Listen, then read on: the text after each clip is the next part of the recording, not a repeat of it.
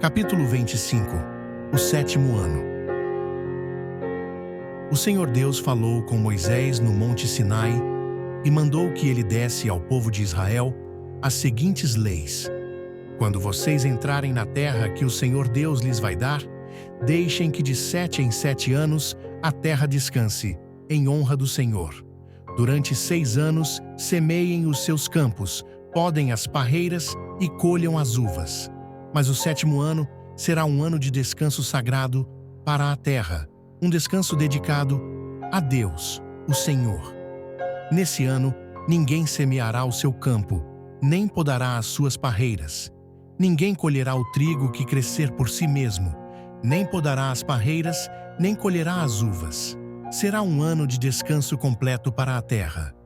Os campos não serão semeados, mas mesmo assim produzirão o bastante para alimentar todos os israelitas, os seus escravos e as suas escravas, os seus empregados, os estrangeiros que vivem no meio do povo, e também os animais domésticos e os animais selvagens.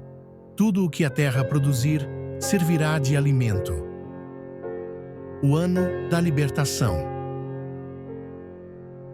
Contem 7 semanas de anos, isto é, 7 anos vezes 7, o que dá um total de 49 anos. Então, no dia 10 do sétimo mês, que é o dia do perdão, mandem um homem tocar trombeta por todo o país. Pois esse ano, que vem depois de cada 49 anos, é o ano sagrado da libertação, em que vocês anunciarão liberdade a todos os moradores do país. Nesse ano, todos os que tiverem sido vendidos como escravos voltarão livres para as suas famílias, e todos os campos que tiverem sido vendidos voltarão a pertencer ao primeiro dono. Nesse ano, ninguém semeará os seus campos, nem colherá o trigo que crescer por si mesmo, nem podará as parreiras, nem colherá as uvas, pois o ano da libertação é sagrado para o povo, e nele todos se alimentarão somente daquilo que a terra produzir por si mesma. No ano da libertação, todas as terras que tiverem sido vendidas voltarão a pertencer ao primeiro dono. Na venda ou na compra de terras, não explorem os outros. O preço será calculado na base do ano da libertação, pois o que se vende não são de fato as terras, mas as colheitas que elas produzem.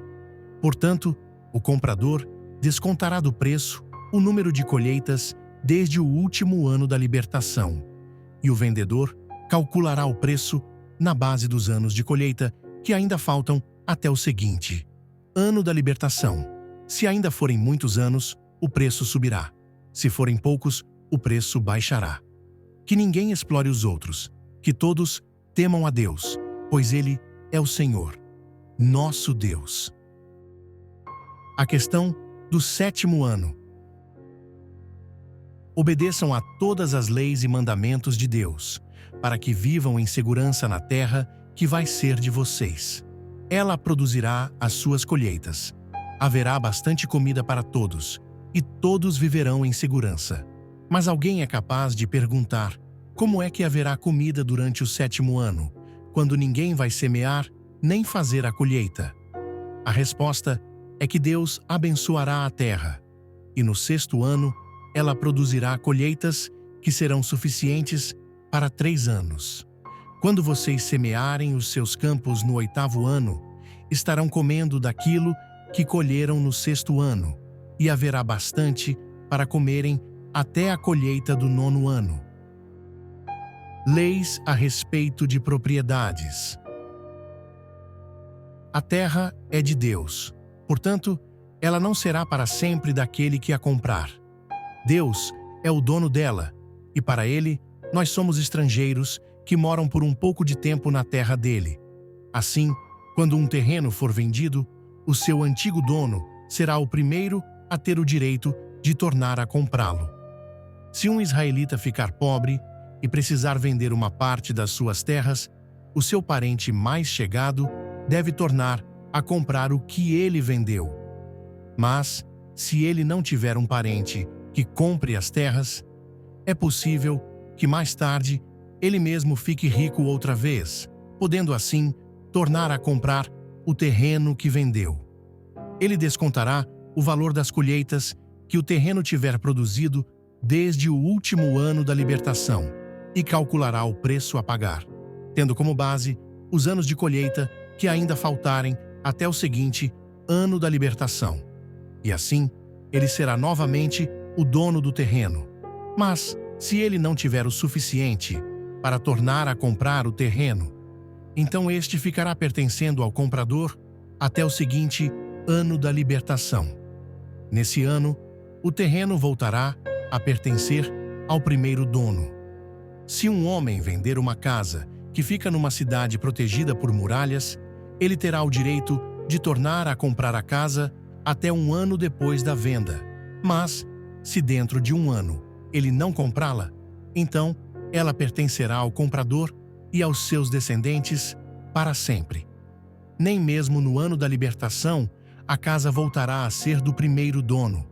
Porém, as casas que ficam em cidades sem muralhas são como os terrenos. O primeiro dono tem o direito de tornar a comprar a casa, e no ano da libertação ela volta a ser do primeiro dono. Os levitas têm sempre o direito de tornar a comprar as suas casas que ficam nas cidades onde moram.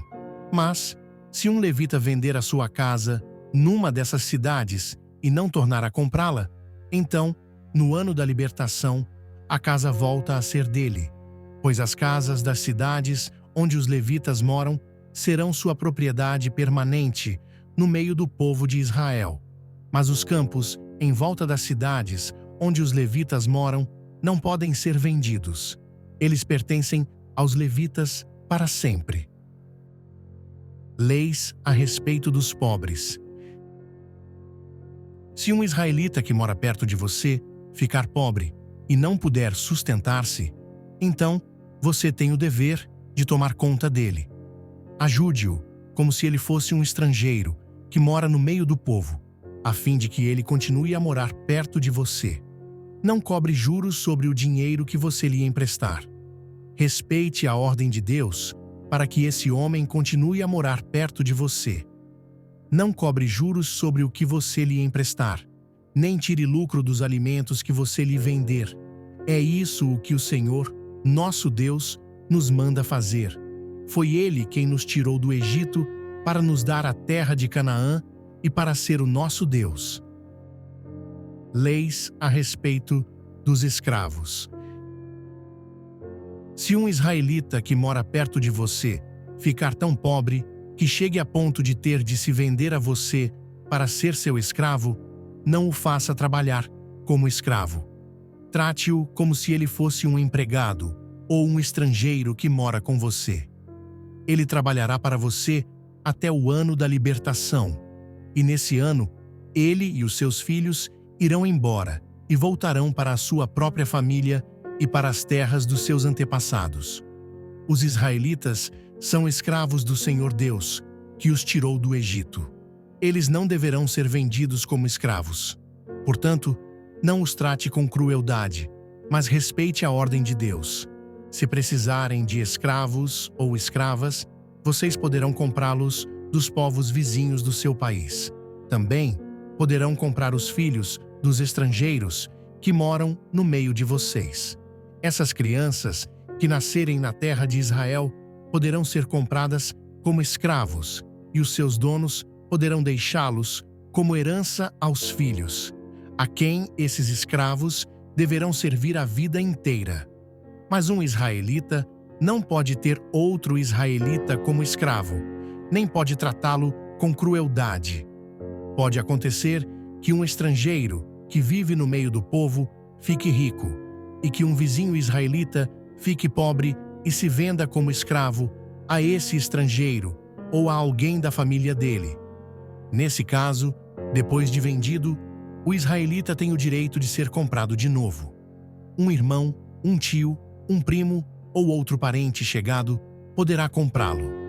Ou, se ganhar bastante dinheiro, ele mesmo poderá comprar a sua liberdade. Ele e o homem que o comprou combinarão o preço que deverá ser pago, de acordo com o número de anos, desde o ano em que ele se vendeu até o seguinte ano da libertação. O cálculo será feito tendo como base o salário que um empregado recebe. Se ainda faltarem muitos anos até o ano da libertação, ele pagará uma parte maior do dinheiro que recebeu quando se vendeu. Mas, se faltarem poucos anos, a parte será menor. O dono o tratará como se ele fosse um empregado, que é contratado para trabalhar por ano. Não deixem que o dono o trate com crueldade. E se o homem não for libertado por nenhum desses modos, então, no seguinte ano da libertação, ele e os seus filhos ficarão livres, pois os israelitas são escravos de Deus, que os tirou do Egito. Ele é o Senhor, o Deus deles.